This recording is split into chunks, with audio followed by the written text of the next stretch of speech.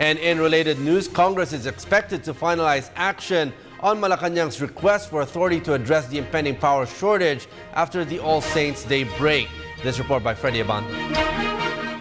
Congress is expected to resume its deliberations on a proposed joint resolution to grant the President the authority to address the looming power shortage for the summer months of 2014 in Luzon when sessions resume in mid-November.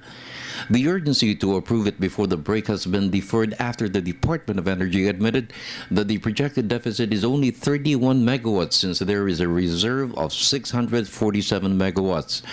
Because of this, the House Energy Committee and its counterpart in the Senate decided to just adopt the interruptible load program. Private companies with embedded power will voluntarily commit to the ILP program. The President's economic manager stressed the urgency to determine the actual deficit to avoid brownouts which could hurt the economy. What are your options? You have to make it work. You really need to work harder to get the private sector commit to it.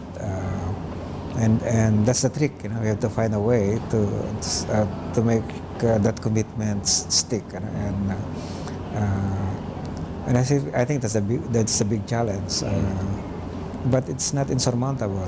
We really have to define first what is the problem and what is the magnitude of that. We know that there's going to be a deficit between those months, between those hours, but so far there seems to be no finality as to the determination of is it going to be an hour? So in which case do we need 200 megawatts, 400 megawatts, 600 megawatts, or 800 megawatts?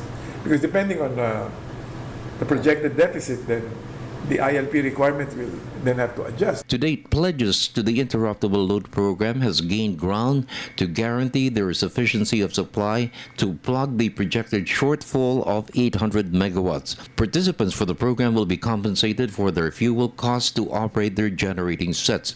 Other options will include the connection of new power plants to the grid early next year. Sufficient power is crucial to sustain growth since Luzon accounts for the biggest share of the country's gross domestic product. It's 1 hour a day. Should it be that expensive? For the People's Television Network, this is Freddie Abando reporting.